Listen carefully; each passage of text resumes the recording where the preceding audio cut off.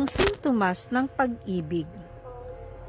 Nang pumasok si Lord Chaitanya Mahaprabhu sa templo ni Lord Jagannath, nakita niya ang napakagandang Gajendra Nandan Shyamasundar.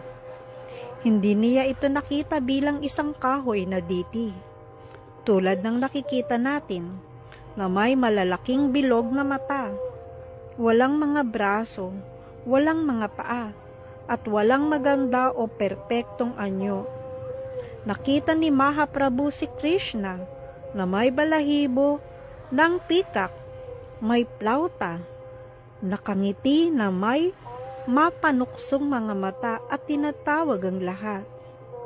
Nakita niya si Gajendra Nandan Shyamasundar. Hindi niya nakita sina Jagannath, Baladev at Subhadra. Kapag bumabalik siya sa panlabas na kamalayan, doon lamang niya maaaring makita na naroroon sina Jagannath kasama sina Baladev at Subhadra.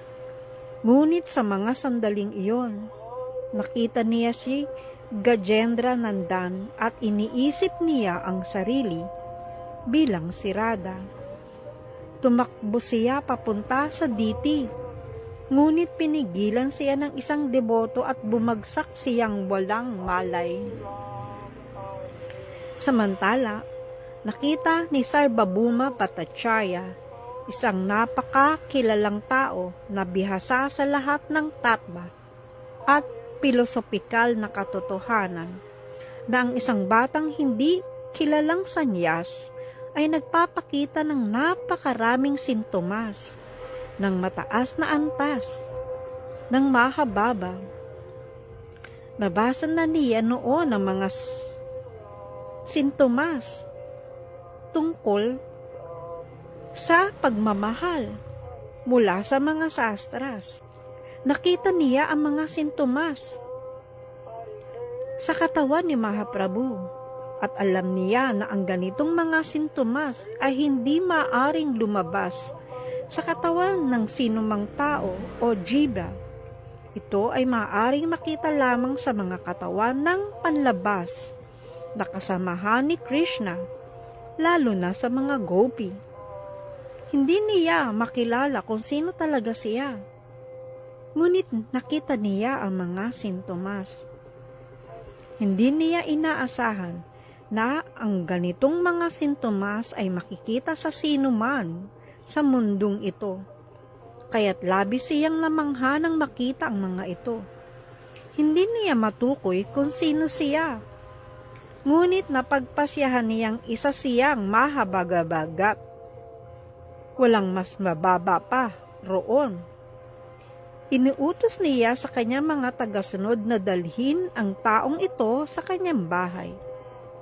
Sa bahay ni Sarvabhauma, kumuha sila ng bulak, inilagay sa harap ng kanyang ilong, at nakita nilang may kaunting galaw. Ngunit wala talagang kamalayan. Mula umaga hanggang 3:00 ng hapon, wala itong kamalayan. Dumating si Nityananda Prabhu at ang iba pang mga deboto na naghahanap kay Lord Chaitanya. Nang makita nila siya, labis silang natuwa, ngunit sabay din nilang naramdaman ang kalungkutan. Nandito siya, ngunit buhay ba siya o patay? Nang makita nila na may kaunting paghinga, mabilis silang pumunta kay Jagannath, nagdarshan at bumalik. Pagbalik nila, nagsimula silang magkirtan ng malakas. Pinaypayan siya, at pagkatapos ay napansin nilang medyo gumagalaw ang kanyang tiyan. Pagkatapos nito, muling nagsimula ang kanilang malalakas na kirtan. Pagkalipas ng ilang sandali, biglang bumangon at tumalon si Mahaprabhu at sumigaw ng Haribol! Haribol! At sila'y naging masaya. Nasaan ako? Tanong ni Mahaprabhu, nasaan ako? Si Nityananda Prabhu at ang iba pang mga deboto ay nakipag-usap sa kanya.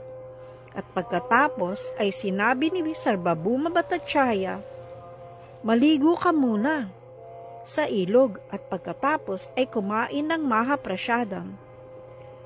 Dinala ng Bhattacharya sa kanila ang napakaraming masasarap na Mahaprasadam mula sa templo.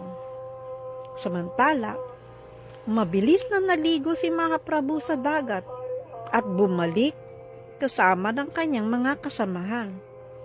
Pagkatapos, gamit ang sarili nilang mga kamay, ipinamigay ni Sarvabhauma Bhattacharya ang Mahaprasadam kay Lord Chaitanya Mahaprabhu at sa kanyang mga kasamahan.